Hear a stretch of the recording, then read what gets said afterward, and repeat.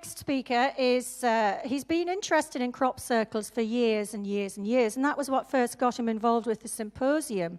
But of course, the Symposium has evolved over the years as well, in the same way that he has and many of us have.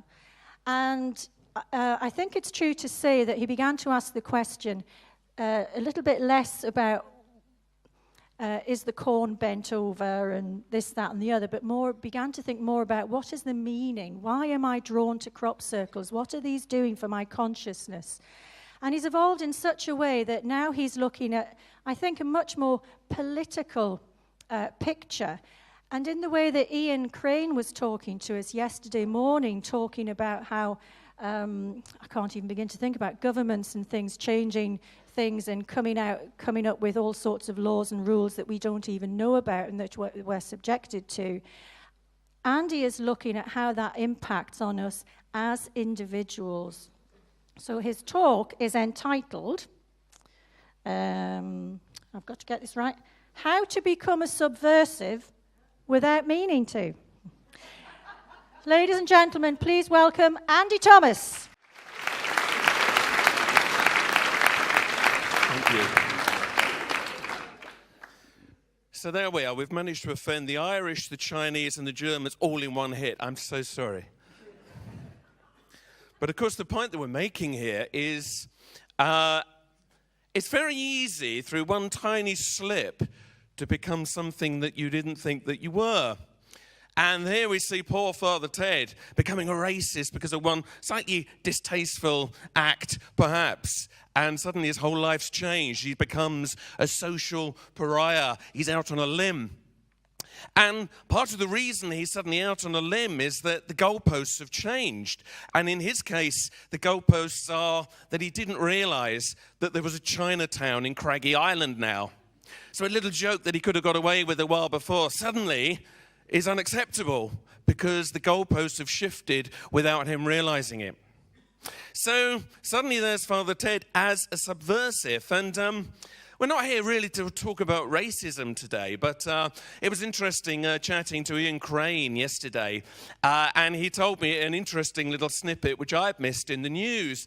But apparently recently there have been attempts to bring into schools new sort of regulations for teachers, which make you look at the children and watch closely the kind of behavior that they're developing. And one of the things that they've now come up with is that if children develop a distaste for foreign foods like curry or Chinese food or something like that, this could now be seen as the first signs of growing racism. Now think about the implications of that. So that's the way things are going. So suddenly you could become a subversive just because you don't like Vindaloo. So this is what we're going to talk about today, is how we can suddenly find ourselves subversives without actually meaning to. And anybody who was with us yesterday will have heard Ian giving very much the big picture about the agendas of control and all this kind of thing. And for those of you who joined us last night at the forum, you will have heard absolutely the kind of zeitgeist coming through, as it usually does at the forum. And I'm going to try to focus some of these issues now. But I want to look almost slightly at the smaller picture today, because a lot of the people that are here today, we can all talk amongst ourselves about, global agendas and control and conspiracy theory and all of this because it's normal. But the problem is getting that out to the wider audience is not as easy as you might think. And this is, I think, perhaps the key to what I want to talk about today, which is that people only start to notice that these agendas are running when it affects their own individual lives. And sometimes that's in very small ways. So I want to have a look today at what's going on in our, shall we say, more parochial lives rather than the big picture, and see how we can feel these forces shifting, the goalposts moving behind us without us realizing. And I'm going to actually to begin by taking you back to my hometown. This is Lewes in East Sussex. This is where I come from. Lovely little town nestling in the Downs there, full of history, very picturesque. If you've never been there, go. Wonderful place. Now, I've lived there all my life, And I'm a Taurian, what do you expect, And I'm a product of Lewis, I suppose, from the point of view of, let's face it, I'm slightly out there on the edge. And Lewis has a lot of people like that. If you look back through history, there's been a lot of people who've lived there who've always somehow not quite fitted in, but somehow have always helped to create change. People like Virginia Woolf, Dr. Gideon Mantell, who was the first person to identify dinosaur fossils, which has obviously had a massive effect on our view of the world. And in a more contemporary way, do you remember the crazy world of Arthur Brown? With the fire on his head? Fire! He lives in Lewis. You will see Arthur Brown wandering around the streets. So these are the kind of people that live in Lewis. But there's one person in particular I want to draw your attention to, who some of you, particularly anybody from across the pond, will know. This is Thomas Paine. And Thomas Paine was very much a campaigner for human rights, as we would today call them, back in the 1700s. And here is the memorial to Thomas Paine in Lewis. And it's a beautiful painting. And he lived there for about 5 years of his life. And you can still see the house that he lived in today. If you go to Lewis, there we are, Bull House. And it was originally a tobacconist. And for a little while, he ran it with his then wife. And he began from a very, shall we say, humble origin. He came from a family of corset makers. And he found himself being groomed for making corsets for the rest of his life. Well, that didn't sit quite well with him, so he became a sailor for a short while, and eventually he wound up working for customs and excise. And therein I have a slight link with Thomas Paine, because I used to work for the Inland Revenue, sadly, a long, long time ago. But he wasn't much happy with what he found when he was working for customs and excise, and he began to campaign for workers' rights to try to put into place systems that could make everybody's lives a little bit more easy. And of course, in doing so, he wound up making a lot of enemies. And Thomas Paine would make lots of enemies throughout his life. But he would also make lots of friends and inspire a lot of thoughts about freedom and liberty, because, for instance, his book Common Sense helped inspire the American War of Independence. And he was very much out there being part of that. His thoughts inspired America to stand up for itself. Later on in the French Revolution, Thomas Paine at first thought the ideals of the revolution were very positive. And he went over there to see what was going on and join in. But when he got there, he was horrified at the bloodbath that it had turned into. And bless good old Thomas Paine, he stood up and faced the likes of Robespierre and said, "This isn't right. This executing, you shouldn't be doing this." And he campaigned, for instance, for the king not to be executed, but just to be exiled. Well, for saying that, he found himself banged up. And there he was in the Bastille or wherever. And by a miracle of fate that I still think is quite interesting looking back, he was due to be executed. And one day the jailers came round with a piece of chalk marking an X on the door of every prisoner who was to be executed that day. But the funny thing is, when the guy with the chalk got to Thomas Paine's cell, his door was open. They were feeding him or something, and the door was open. And because it was open, the chalk went on the wrong side of the door. And therefore, when they closed it, the chalk X was on the inside. And so when they came to collect the people for execution, he got away with it. How's that for fate moving in your direction? Pretty amazing. And one can imagine him thinking, bloody hell. So Thomas Paine had a lucky break, and eventually he escaped. I'll fill in the rest of the story about Thomas Paine later on. But his works, his writings, were always about liberty and the freedom of thought, the freedom to believe what you want to believe. And this is a quote that I've given in lots of places, almost to the point of now making it a cliche, but I want to share it with you because it's so important to the likes of what we're talking about here. And he once said, "A long habit of not thinking a thing wrong gives it a superficial appearance of being right." And apply that to the likes of the official 9/11 story, for instance, and you'll begin to see that that's a very valuable quote indeed. So we'll come back to Thomas Paine a little bit later on, but Lewis is also very well known for another little act of subversiveness which takes place every November the 5th. Now, for those of you who don't live in England, maybe you don't really understand the Guy Fawkes celebrations, but back in 1605, there was supposedly a Catholic conspiracy to blow up the Protestant King James. And here we see the conspirators, and the most famous one, of course, although not the most important one, but the one that was caught down there trying to, load the barrels up under the Houses of Parliament, was, of course, Guido Fawkes, or Guy Fawkes as we know him today.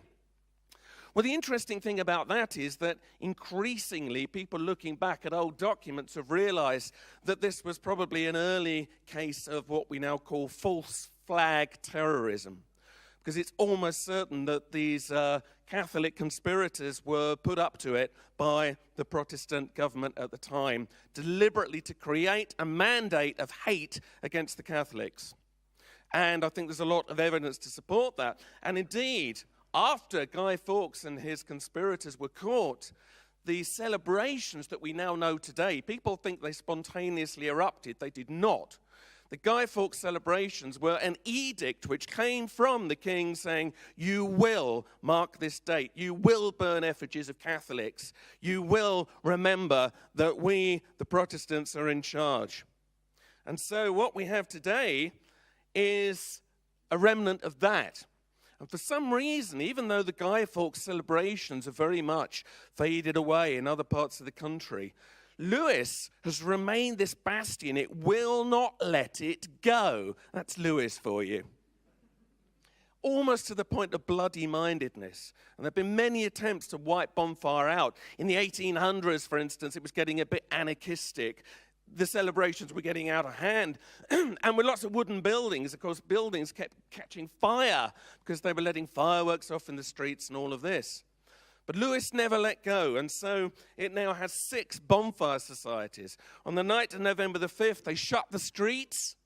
They basically have territories. It's a bit like the Orangemen in Northern Ireland, but without all the heavy stuff. And they parade, and they have bonfires, and they're letting bangers off everywhere. And when I say bangers, I don't mean just little things that go crack. These are rook scarers that blow your eardrums off. It's great fun if you like anarchy. Don't bring the kids would be my advice. So they will, in the end, of course, process up to their fire sites, these blazing tar barrels that they wheel through the streets. The bonfire, of course, everybody gathers. Everybody's usually had quite a few drinks by this point. And then, of course, the fireworks. But there's more to bonfire than just Guy Fawkes, particularly in Lewis. And this brings us more to what I want to discuss today. And that is that it has a very deep element of remembrance. And one of the most special moments of Lewis bonfire to me is when they commemorate the war dead. And at the war memorial, they let off these firework poppies. They play the last post. It's a solemn and a beautiful moment as they remember those who fell in the name of fighting for freedom. And this is a key element in bonfire. And here we see Condoleezza Rice being paraded through the streets a few years ago here. Now, if you piss off the bonfire societies, you're in trouble. And even locals, if you do something they don't like, they'll find an effigy of their head on a pike as an enemy of bonfire. Okay? This is Lewis, all right? And any particular politicians that get under their noses, or up their noses rather, yep, this is the treatment they will get. And there, by the way, is Tony Blair as a pawn. And by the way, if you had any doubt that Condoleezza Rice was a scary woman, look at this picture here. Yeah, quite. So, it's subversive. And the thing with Lewis, though, is that this tends to only happen on one night of the year, despite the running thread. You know, it's the one night they can get away with saying what they want, doing what they want, and it's totally un-PC, which is, of course, delightful in this day and age. And, of course, they burn effigies of Guy Fawkes, and all of that is remembered. But the most controversial aspect of Lewis bonfire, of all, and this is the thing that makes the national news every year, is that the other effigy that they tend to have a go at is the Pope. But not the Pope, because that in itself is a misquote. The Pope of 1605, that's a crucial difference, not the Pope today. And this always creates a fuss. Now, I was brought up as a strict Catholic in Lewis, and I have to say, I never felt threatened by this. We just treated it as the bit of tradition that it is. And I don't believe that there is any anti-Catholic feeling that remains anywhere in the town. But what people fail to recognize is that in 1605, the Pope represented oppression. He was this big, dark force in Europe that wanted to control England, which had broken away with the Protestant movement. And the Pope was seen as a symbol of oppression. And you must remember that. So when they parade the Pope through the streets and people hurl insults or whatever, it's not the Pope. It's oppression. It's a symbol of something where we have to fight for our freedom. And by the way, it is not true that they burn the Pope in Lewis. They blow him up.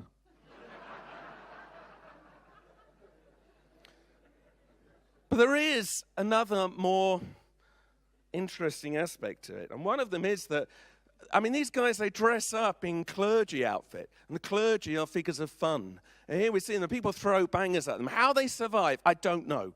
They stand up and make unintelligible ranting speeches, and people throw fireworks at them. It's just the way of it. Okay. But there's a more serious side to the commemoration of the religious aspect. But we'll come to that in a minute. What I want to say here is that over the years, the attempts to stop bonfire have got bigger and bigger. The authorities hate it. They have to police it. There's people doing naughty things in the streets. They can't bear it. The police contingent seems to go up every single year. Now, we need police. You've got to police it. There's people throwing fire around. Fair enough. We need some sensible policing. But over the years, the policing's built up and up, the feeling of control. And this was a picture I took this year. How threatening is that? And there's these lines of policemen everywhere, not letting you walk on that pavement, not letting you go there or there. This is not what bonfire is about. Bonfire in Lewis is about the freedom of the streets. And I thought it was very interesting that this year, bonfire itself acknowledged the growing oppression by actually ridiculing the police. So there's a policeman with a rocket up his bottom. But that's a kind of worrying sign, because hitherto people thought, okay, they do a good job. But no, it's crossing a line, and people can feel it. And the authorities would love to kill bonfire in Lewis. And every year, the restrictions are coming in more and more as to what can and can't be done. The upshot of this is that the bonfire societies are becoming more rebellious. Note that. And they're not going to stand for it. And it's going to be very interesting to see how this pans out as time goes by. But this all in itself has a resonance with the other major part of commemoration that bonfire represents in Lewis. And this is not the Ku Klux Klan, or whatever they're called, right?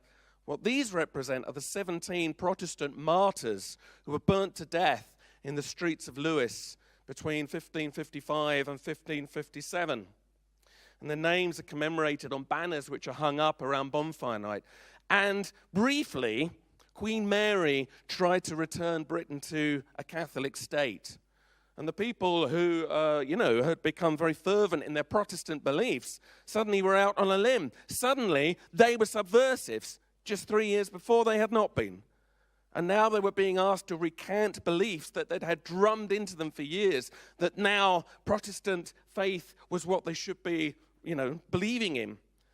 And they refused to change back. They said, this cannot be right. Either the Spirit of God is guiding us, our country, or it is not. It's a deeper issue than you think it is, because it was more about God is guiding our kings and queens. And they thought, Queen Mary has gone off her rocker. This cannot be the guidance of God. How can we switch back? And they were so fervent that they died for their beliefs. They refused to give up their faith. And they were burnt to death outside what's near the town hall in Lewis now. And other places this happened. This wasn't just Lewis, but in particular Lewis. So these were people that knew that to stand up for what you believe in may mean you actually have to put your neck on the line. You may actually have to raise your head above the parapet to make your point. And they did. And boy, in a pretty big way. So that's a very extreme example of standing up for beliefs. But what we're dealing with now is not so very different to the kinds of things that led to that. Because we're now in a country where we are having new rules put into place. And I say country, as we heard last night, that this is a European agenda, a global agenda, but whoever's pulling the strings. They are deciding on our behalf what is valid to believe and what is not valid to believe. Here we see some spiritualist meetings. Now, just this spring, new legislation was passed, courtesy of new EU regulations, which actually technically states, and I think a lot of people haven't woken up to this yet, that if you are holding a spiritualist service, you have to advertise it as being for entertainment purposes only. True. And if you do not state that, you are technically in breach of the law. And what I think is interesting about that is that some of these churches are frightened. They don't want to lose their right to practice their faith. And they're going along with this. And I actually wrote a letter recently to somebody who was complaining about this, but they were still having to state at the beginning of their service, and this is for entertainment purposes only. What a load of bullshit. Don't stand up for that. And I wrote to this guy and said, you should not go with this. Whatever happened to mass civil disobedience? If you will say it, why not say we are legally compelled to say that this is for entertainment purposes only? This is the thin end of an extremely large wedge. And it will not be long before that little disclaimer will be on the front of our Glastonbury programs, doubtless. Because what they're currently doing is looking anything remotely alternative and saying, no, that's not valid. This religion here, that's valid. That one's valid. That belief is valid. Oh, no, this is not. No, this is on the fringe, so don't take this seriously. So your freedom to choose what you want to believe is being taken away through legislation. And yesterday we were hearing about, the Codex Alimentarius. And I don't need to say too much about this because Ian covered it yesterday. Dr. Robert Verkerk from the Alliance of Natural Health will be here tomorrow morning to be talking about this, and you must hear him. What they are doing is they are also trying to ban various high-dose vitamins, health supplements, anything that might make our bodies healthy and positive. They're trying to bring in legislation which is going to reduce the doses you can buy to such tiny amounts that it's virtually not worth taking them. This is where it's going. And it's been done so subtly, so quietly, that most people don't even know that it's happening. And Ian Crane deserves a lot of respect for having tried to raise the flag on this issue. And it's because of Ian that a lot of people are now talking about this and didn't know anything about it before. Check it out, right? The Codex Alimentarius. Look at the Alliance for Natural Health website. And you will realize that all the little things we take for granted that you can buy in the high street up and down here may not be there in 5 years' time. Maybe even less. And you will be technically a criminal for buying some of these things. And certainly a criminal for supplying them. Think about that. So our choice over our own health is being taken away, as well as our choice as to what we believe. And this is not a joke. This is happening now in this country, and certainly the other European countries, one presupposes. And of course, the doctors are very happy about this, because what they're trying to do is protect the pharmaceutical industry. The last thing the pharmaceutical industries want you to be is healthy. They rely on drugs which treat symptoms, and that's what they want. They don't want you actually having a healthy body where you don't get ill so much. And sadly, one has to imagine that that's the reason for these laws that are being pushed through at the moment, because they don't seem to make sense in any other direction. And Boy, do they try to scare us? This is one of the recent posters trying to influence you to get a flu jab. Okay. Excuse my throat. I obviously need a flu jab. How scary is that? And it's fear, as we know. Fear is always the major tool of control. And what is also interesting is, the newspapers keep carrying these stories that the global flu pandemic is on its way. There was a headline last week saying that. How many years have they been saying this? No, okay, it could one day happen, but you get the feeling it's just there to keep us on our toes, to keep the jabs coming in, and the freedom to choose is being taken away. This afternoon, we have Trevor Gunn, who will be speaking about vaccinations. Excuse me. And again, he's got a lot of very interesting things to say, because the science of vaccination does not support excuse me, the claims that are made for its effectiveness. And what we're seeing is the choice of whether you vaccinate your children or not now being taken away from us. Already in Australia, we have people that you can be sent to jail if you do not vaccinate your child. Right? The Netherlands too. And this is going to spread across the world. And this is coming in through the back door in England. And just recently, an MP proposed that what we should do is any children who have not been vaccinated should not be admitted to a state school. This is how they're putting the pressure on.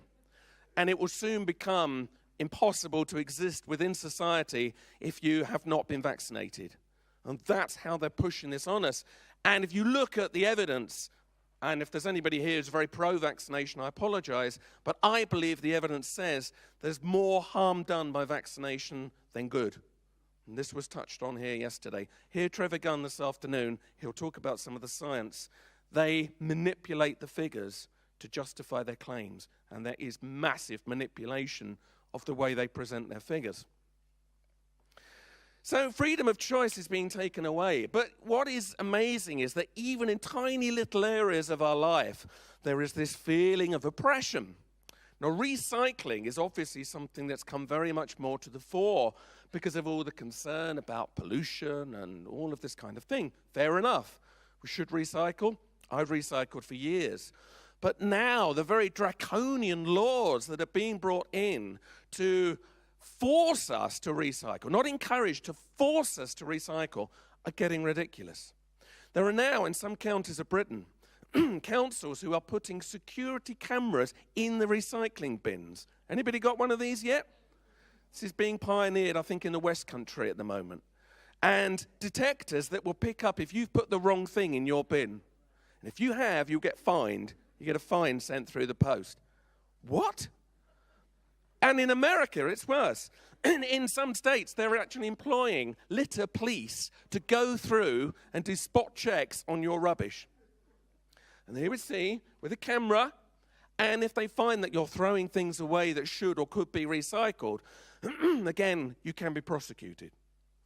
Now, I hate that kind of way of doing things, because how does that encourage us? That's not encouragement. That's just putting a gun to your head. How can you do anything in a good state like that? But this is the kind of world we're living in.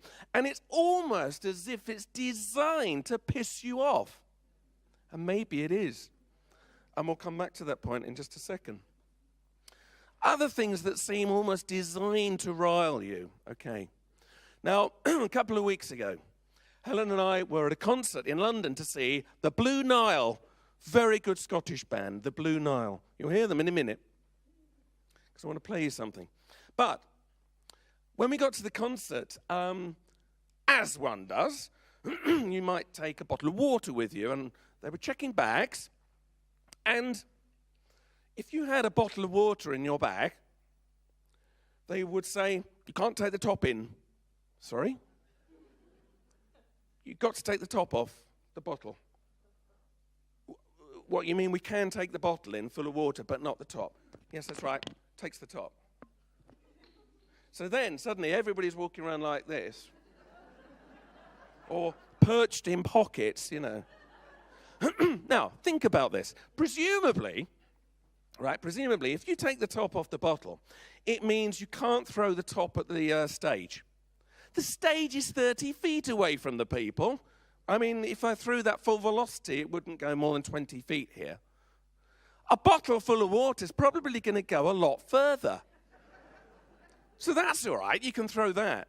Now, maybe there's some sense I'm missing to this, but it doesn't seem to make sense to me. But here's the interesting thing, right? Look at this next image here.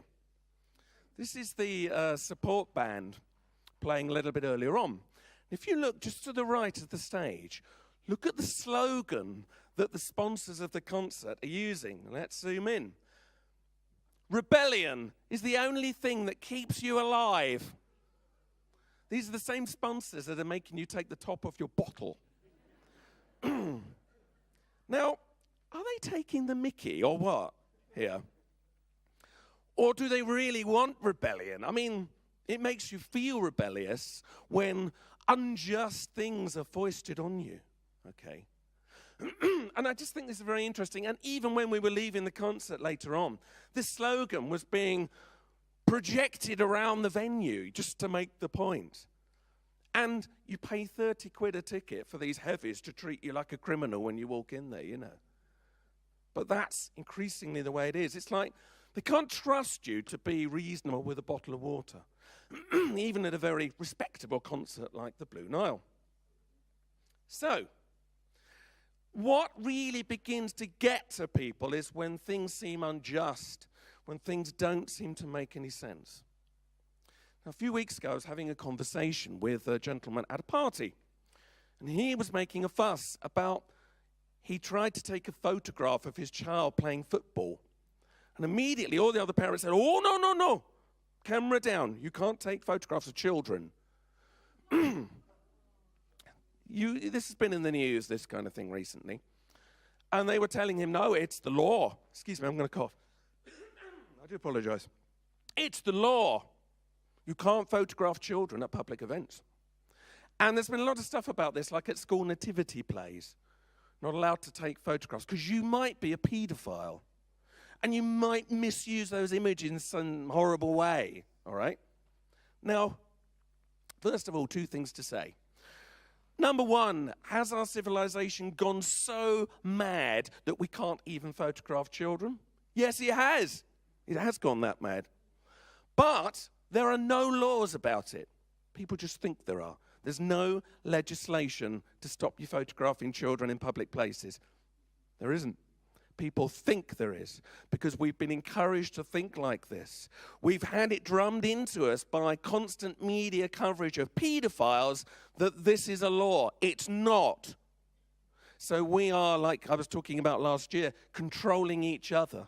They don't even need to go to the bother of laws. They just make us think there are laws. There aren't.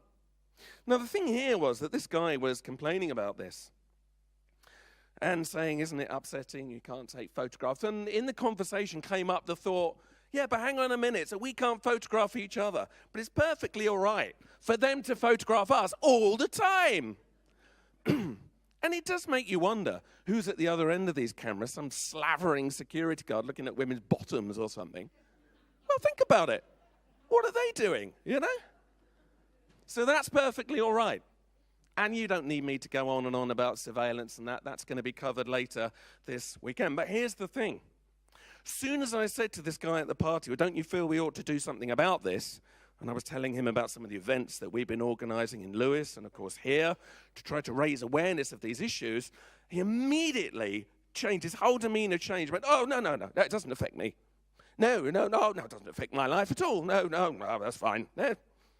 I said, but you were just saying to me that you really didn't like the way this was going. No, it doesn't affect me. And he went into this pathetic mode.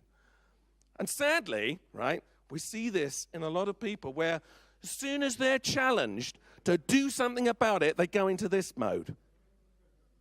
And there's a lot of it about, an awful lot of it about, because they don't want the responsibility of trying to create change. And that's really worrying because this is the syndrome we need to change if we're going to make any difference to what's going on around us.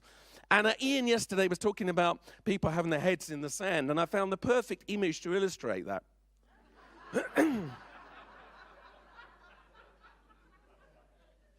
So if you do want to park your bicycle, now is a good time.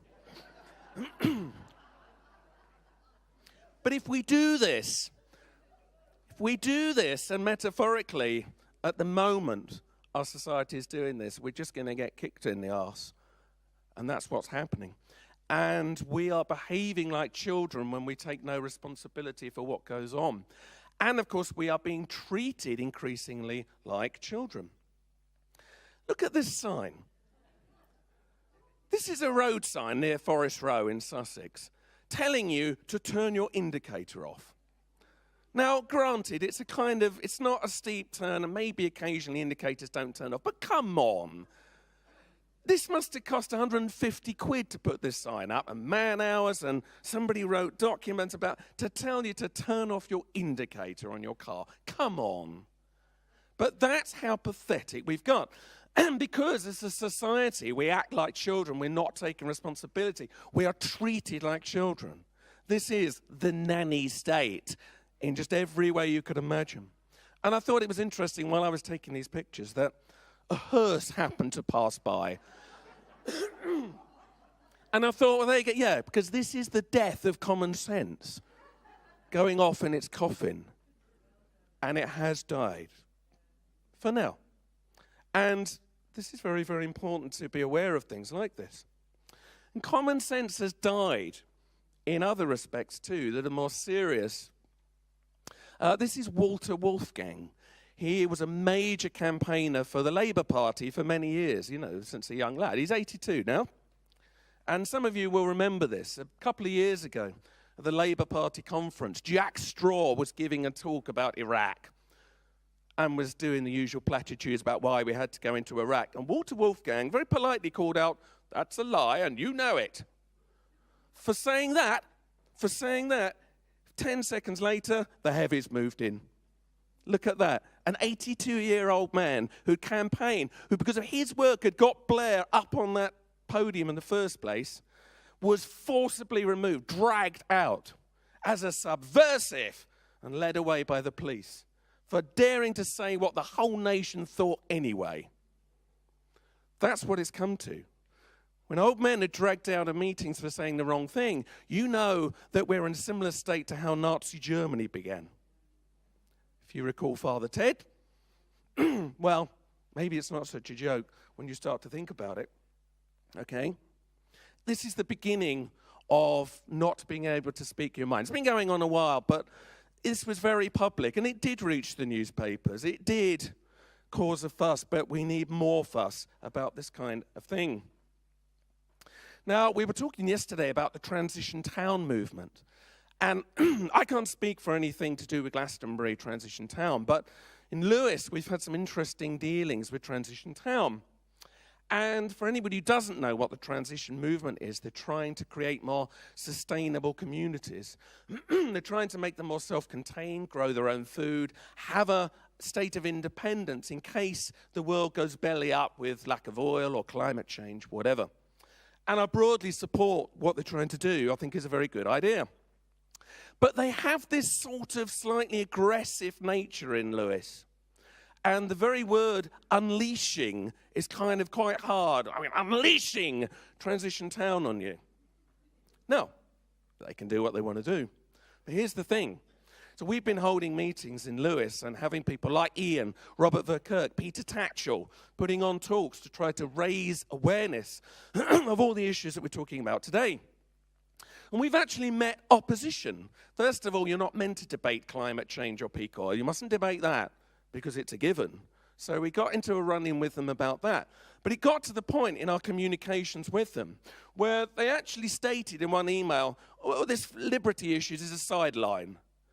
This freedom of speech, yeah, we need it, but the planet, we've got to save the planet first. Well, I don't agree. Because if you can't speak your mind, if you can't be free to say what you want to say, you ain't going to save the planet. And all you will be is a mouthpiece for green propaganda coming from somewhere on high which says it must not be questioned. Okay? and what they're failing to see. I mean, Lewis in particular wants to set up its own currency. They're trying to set up a local currency whereby people won't need to use the main currency of the country. Now think about this. When the fascist state gets going just a little bit more, do you think they're going to sit still for people setting up their own currency? Do you think these people are going to be seen as their friends? I don't think so. How long will it be before their posters are beginning to look more like that? What they don't see by not supporting our efforts for freedom of speech and liberty is that they could be the targets eventually.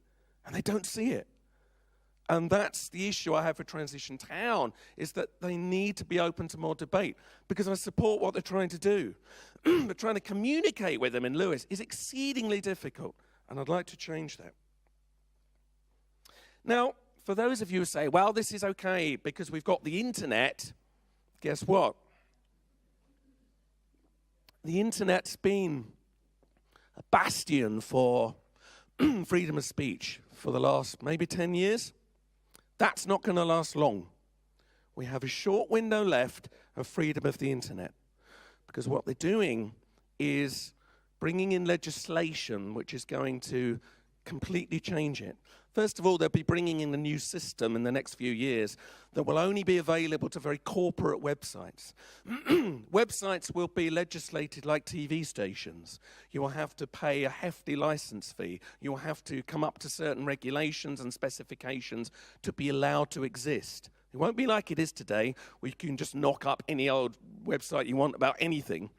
No. Excuse me. I beg your pardon. Flu jab. Make a note. The other thing is also that they're going to start to sell availability of websites like Sky TV channels, whereby you'll buy a package of internet sites. You have to pay to look at each internet site, and you'll pay your fee, but you will only be able to look at those. If you want to look at other websites, you will have to pay more. The upshot of that will be nobody's going to surf the web.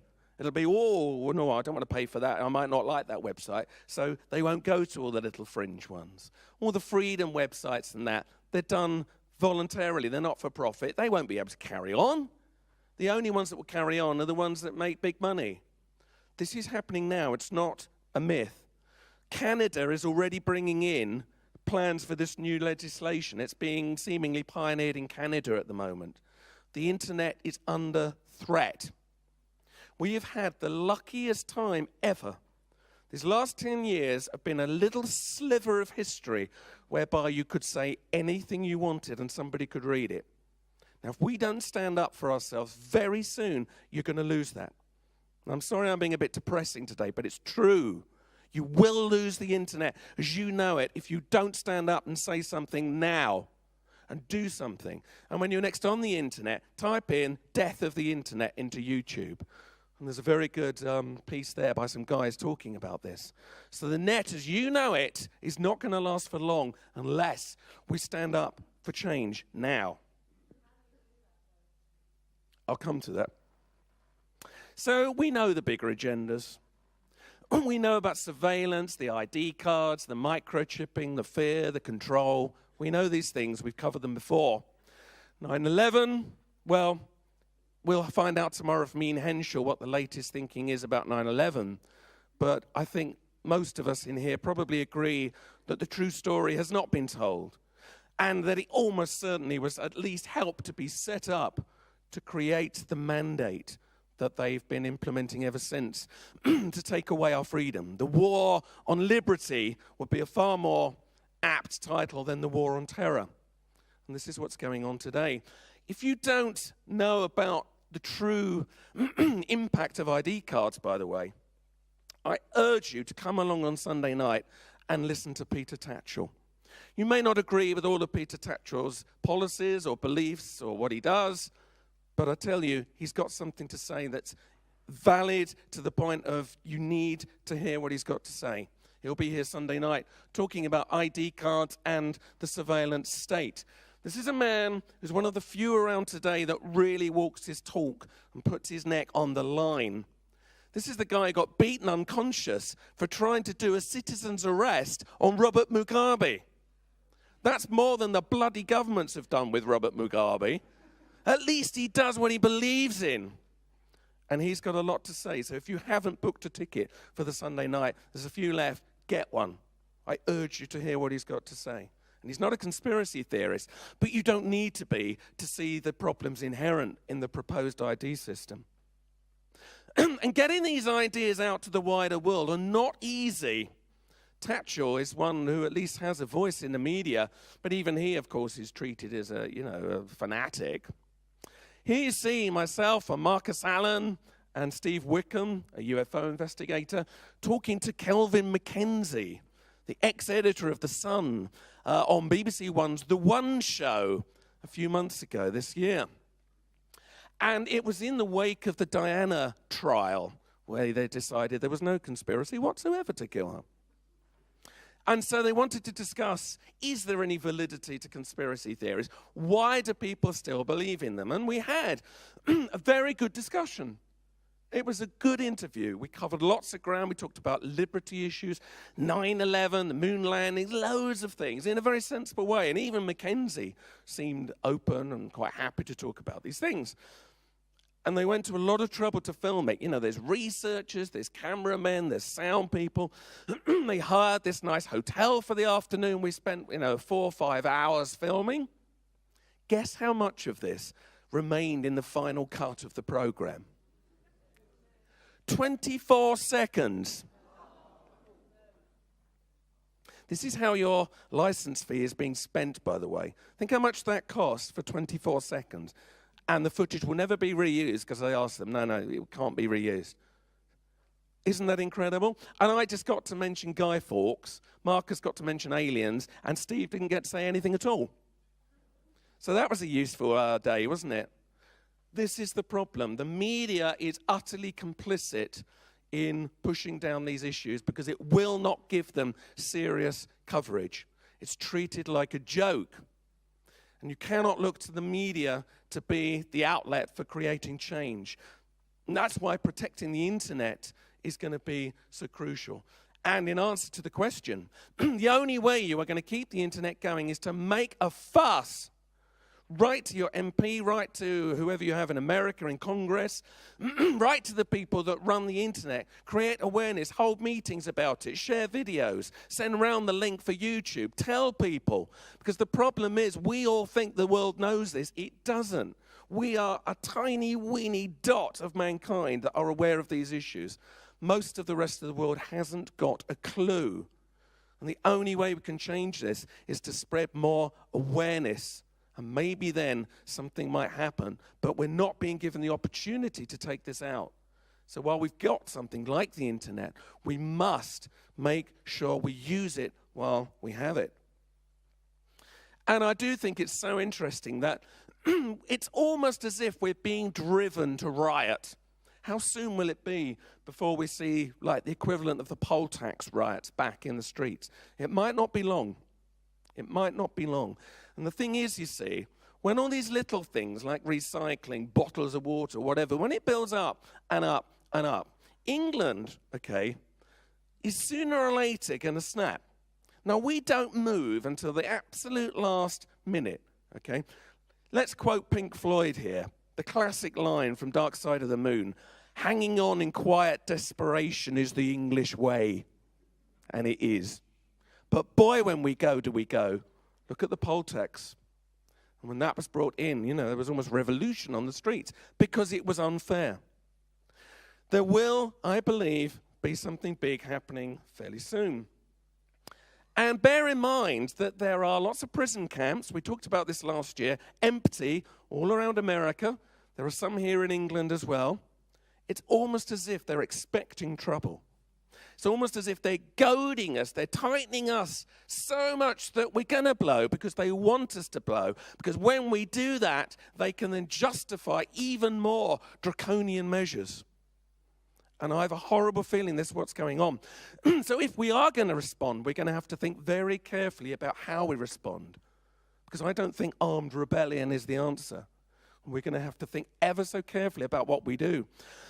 Anybody who saw Helen Sewell's excellent presentation yesterday about astrology and 2012 will have heard that the square of Uranus and Pluto in the sky is going to create massive more control, courtesy of Pluto, restriction. But Uranus is coming along saying, no way, Jose, can't sit still for that. And it's going to go boom, like that. And if just looking at the astrology, put aside any other 2012 prophecies, just look at the astrology, it says there's going to be a huge explosion of unrest. And I believe it will not come from fringe groups. It won't come from fanatics. It's going to come from Middle England. I'm sure I've said this before. I give a lot of lectures to Rotary clubs, WI, all the rest of it. They are really uptight about what's going on. They just haven't found a way to express it yet. They haven't found a voice to express it yet. But when they go, the power of Middle England is going to be what pushes this big thing through. And we're going to have to think ever so carefully about exactly how we want this to occur, because it will occur. There will be an explosion of these issues. I guarantee it. And we are, if you like, just the beginnings of those people becoming aware. But we've got to think very carefully about what we want. And here we are at the Symposium. And I do think ever so much that the Symposium has reflected the zeitgeist of the alternative world for a long time in a way that not all events do. I don't know how it is that it does, but it does. And as they said yesterday, a theme always arises really of its own accord. Speakers don't really know what the other speakers are going to say, but a thread always comes through, and it's so interesting. There are some people that say, yeah, but why are you're talking about all this depressing, liberty stuff? Why can't we just talk about the nice stuff? And listen, I have fond memories of the early days. Some of the older attenders amongst you may remember the good old days of the assembly rooms. And it was small and cozy and love and lighty, and it was lovely. And I felt I was in a contained, soft womb, and it was bloody hot in there as well. You think it's hot here? You think this is hot? Remember the assembly rooms? Talk to the people that do. Right, okay. And it was lovely, and it was fluffy, and it was great, and it was right for the time. But you see, I have a belief that if we'd have stayed the same, we wouldn't be here 18 years later. We just wouldn't. We couldn't survive talking about the same things to the same people all the time. And those events that have tried to do that tend to dwindle. But thank goodness, there's still a lot of you that still come back, and new people that come also every year. This is healthy. And I do want to make the point here. How did we get from speaking about things like this to speaking about things like this? Well, here's the answer. You see, the crop circles in 1990 was when the Symposium began. In fact, it began at the Blue Note Cafe before we even got to the assembly rooms. I wasn't there. I didn't come into 94. But these big things had just started appearing in the fields. People were fired up. They were so inspired. They wanted to speak out. They wanted to be able to share their thoughts about what they thought was going on. They wanted to speculate. They wanted the freedom to explore with their minds, because what crop circles do is expand our consciousness, okay? They expand our consciousness and we grow. But to me, if we don't apply the learning that we've taken from that growth of consciousness and apply it to the real world, it's useless. It's useless. We can be love and lighty and fluffy. We've spoken about that before. That's fine. But it's useless if you can't apply it to deal with the other stuff. And there's always a shadow side. And we're coming up to times now where I believe we must deal with the shadow side. It's absolutely crucial. And I don't often do adverts, but I'm going to do an advert here. I've been working on a book to try to tie everything together that we all talk about here, because I'm very aware there's no one book out there that people slightly outside of this can really grasp. They're either too long or too complex. This will be out this autumn, The Truth Agenda. And I'm hoping it will really help get the word of all of this out much wider. Some leaflets for it. You can order it here this weekend if you want. They're down on the table. But I feel very strongly about this. And the subtitle is no accident. Making Sense of Global Deception and Unexplained Mysteries. Because there is a link. Crop circles and global deception and all points in between, you cannot separate the threads anymore. It's now one and the same. If you separate the threads, you're not doing justice to either. So take a flyer if you can. Now, what I thought was so interesting was here last night came up this notion that we need some kind of alternative front, okay, to fight all the crap that's going on. We're going to hear from Hamish tonight talking about the parallel community, which is an attempt to set up, if you like, a network of people who share the concerns. And in the Harry Potter books, and indeed in the films, they have this horrible sort of sense of Lord Voldemort, the dark shadow, coming back, and nobody believes them. The Ministry of the Magic doesn't want to know, and only the kids are really aware of the true threat. And they realize they're going to need to form their own army. So they form Dumbledore's army, named after their, headmaster wizard, of course. And I think that's where we're at now. And I don't mean an armed army. We do now need, and I don't know how this is going to happen, but Hamish is reaching towards it.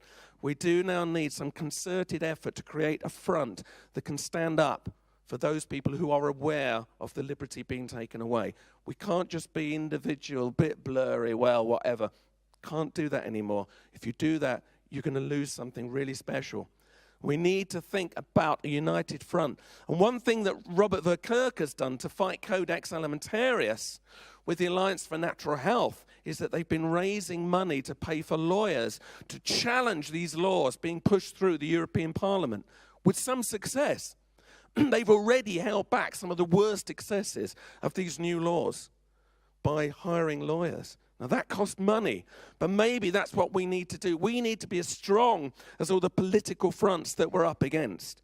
And that's going to mean a much more focused, concerted effort than we've ever known.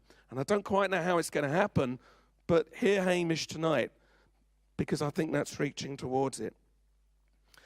There's one thing I forgot to tell you about Thomas Paine, and this is really important. Thomas Paine made lots of friends and inspired lots of people, but boy, did he make enemies. And he crossed a line when he wrote his book, The Rights of Man, and he questioned the authority of the church. He questioned the authority of religion. And obviously in America, certainly at that time, that wasn't going to go down very well. Guess how many people turned up at Thomas Paine's funeral in America? 6. This is the man that had inspired America into being, partly. This is the man that inspired Fight for Liberty. 6 people. 2 of those were 2 black slaves that he helped to release, emancipated. The others were professional mourners. That's what you get for standing up for liberty. So don't expect big rewards yet. It's going to be a long fight. And you've got to decide what you're willing to sacrifice if you want this fight to go anywhere. And I just wanted to share with you a quote from Thomas. And what was lovely about Thomas Paine was he didn't allow him having become a total subversive. He didn't allow that to get him down. And shortly before his death, he wrote to a friend in Lewis. And in the letter, he wrote this, and this is encouraging. He said, despite everything that had happened to him, he said, I still pursue and ever will the same path, the path of liberty. He never got downhearted.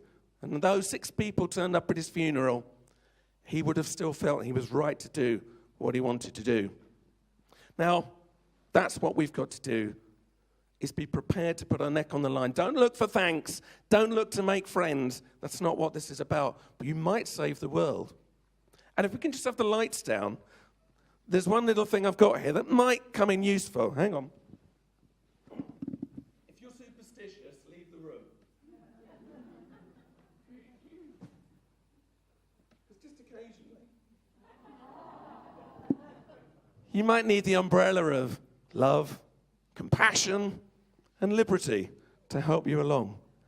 And get one of these, and even when you're having a difficult day with the fight, maybe it'll just make you feel slightly better. Remember the path of liberty. If you don't, you may not have a choice soon. So go out there and do what you can. Thank you very much for listening. Thank you.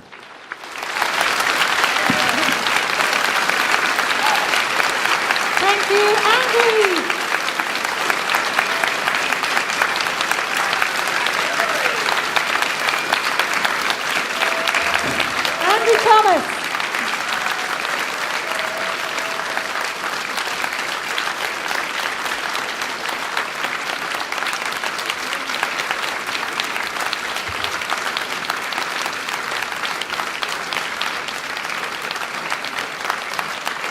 you, ladies and gentlemen.